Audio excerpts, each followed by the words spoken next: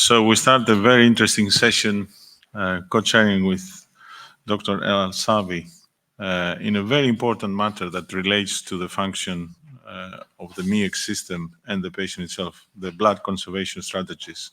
And we have very experienced commentators on the table with us. So let's start with the first talk by Monsieur Baufreton, Dr.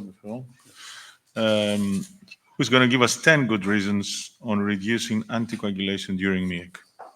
Thank you, Mr. Chairman. Dear colleagues, ladies and gentlemen, first of all, I would like to thank sincerely the MiECC International Society for inviting me to give this lecture about 10 good reasons to reduce anticoagulation during MiECC.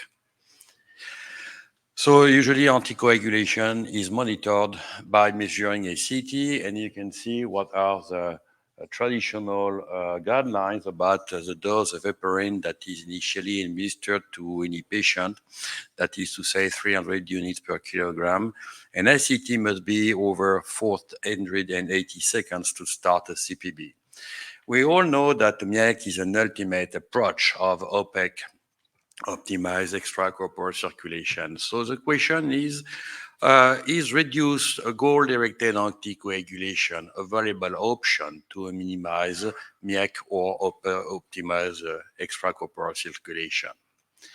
Number one, we all know that there is an increased preference for the use of arterial graft when doing CABGs, and you can see here, in fact, or on data among the last 20 years showing how many patients nowadays will benefit from bilateral internal thoracic arteries as a graft. But in the meantime, we are facing a lot of patients with an increased use of dual antiplatelet therapy due to modern incentives of cardiologists after acute coronary syndrome and preoperative PCI.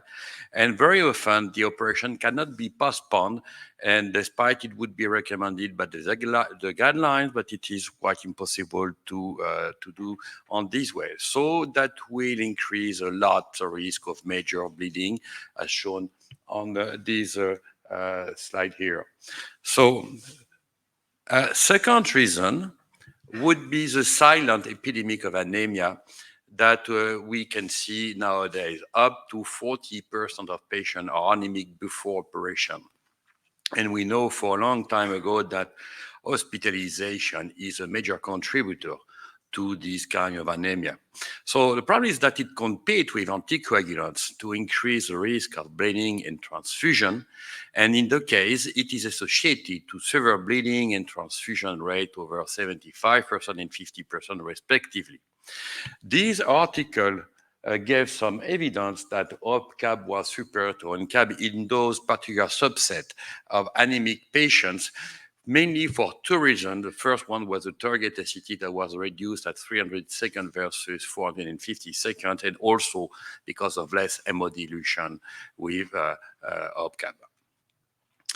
As transfusion risk and adverse event is well known, blood transfusion following cardiac surgery has been shown to be independently associated with increased risk of major morbidity and mortality. And currently, from the last one of the last publications of the STS database, we know that transfusion rate in CABG patients is above 40%, and even more than 60% when surgery is combined, associating CABG plus valve surgery. It's even worse when using dual antiplatelet therapy, and I just want to emphasize this very nice article written and published by Baufreton in which about the deadly triad of cardiac surgery, that is to say major bleeding, transfusion, and anemia. And you are probably well aware about the protein controversy. It was frequently used, this drug, as to control the bleeding under aspirin in the past, and was withdrawn after publication of a very controversial article in 2006.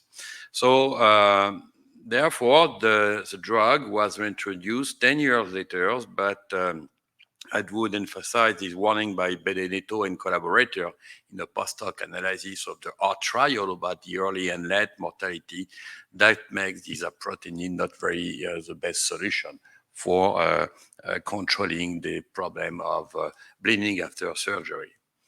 So now let's go back to the critical appraisal of the guidelines. You know that all the guidelines are based on the two articles written by Bull and collaborator in 1975. These two papers were based on 8 patients with a computer simulation, and the second one on 25 patients. But what is very interesting, if you have the possibility, the opportunity to read this paper, is to see that according to Bull and collaborators, a CT value below 180 seconds is probably life-threatening. Between 180 and 300 seconds, it is a questionable range of ACT, and it is safe over 300 seconds. He wrote that in 1975, and he also wrote that above 600 seconds, it is unwise. So when we go to general books about cardiopulmonary bypass, we can read that Bull recommended attaining an ACT over 480 seconds before initiating CPB because it provided a safety margin over the believed minimum safe ACT over 300 seconds. And that, after that, it appeared that many practitioners have misinterpreted their recommendation.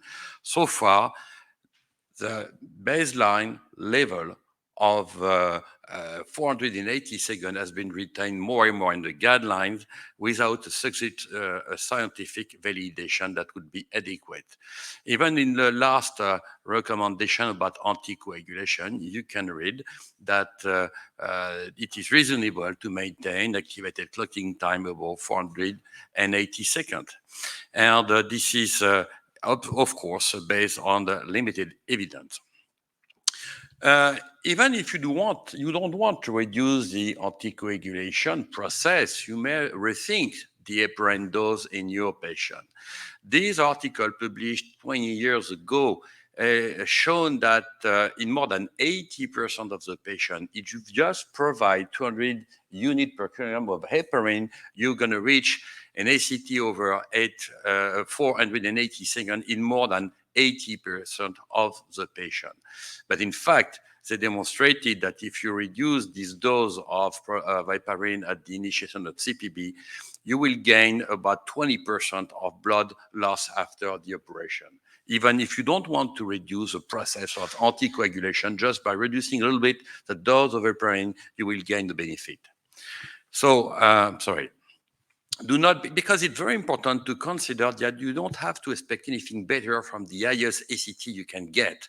This article shows elegantly that if you compare up pump surgery with an ACT at 250 seconds compared to old-fashioned CPB, then you can see that even at an ACT around 700 seconds and even also more than 1,000 seconds, that is to say it's not available, not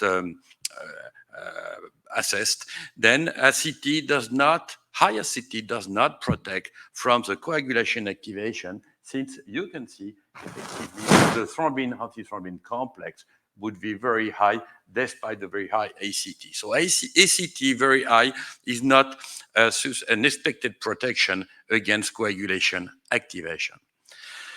At the end of the operation, the reduced goal-directed anticoagulation implies less protamine because you need a point-of-care device to achieve this protamine titration that would finally allow to avoid excess of protamine and promotes a better platelet aggregation, would facilitate the surgical field hemostasis.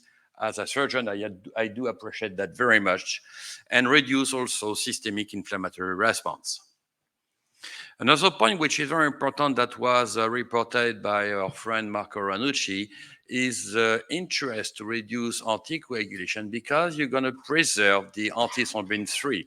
And the antithrombin 3 is in fact the physiologic anticoagulant because heparin, as you know, is not a direct anticoagulant, but just act by amplifying the antithrombin 3. So it's very interesting to see that if you reduce the anticoagulation under the protective effect of an heparin coating in that study, then you will reduce the decrease in antithrombin 3 postoperatively, and especially at postoperative day 1 in ICU.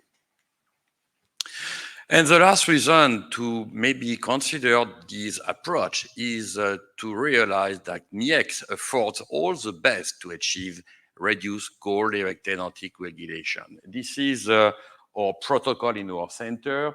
It's an OPEC, it's not really a MiECC because the arterial pump is not necessarily a centrifugal pump, but you can see that we use all the other parameters of such a MiECC program and optimization of CPB that finally tends to be similar to the MiECC approach. And as a conclusion, and last but not the least, I would just remember what I saw this morning on this presentation about the COMICS trial, that even in a MiECC group, the rate of transfusion was more than 30%, and that based on the evidence, reducing anticoagulation there is MiECC C to be, to my opinion, a valuable option to optimize in the future the postoperative outcome of patients beyond the clearly demonstrated benefit of this technique. Thank you very much.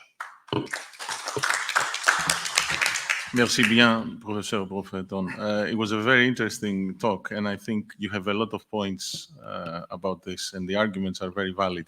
I think we should try and proceed with all the speakers for the sake of time and try and make a good conversation towards the end. Thank you very much. I'll pass on to my colleague.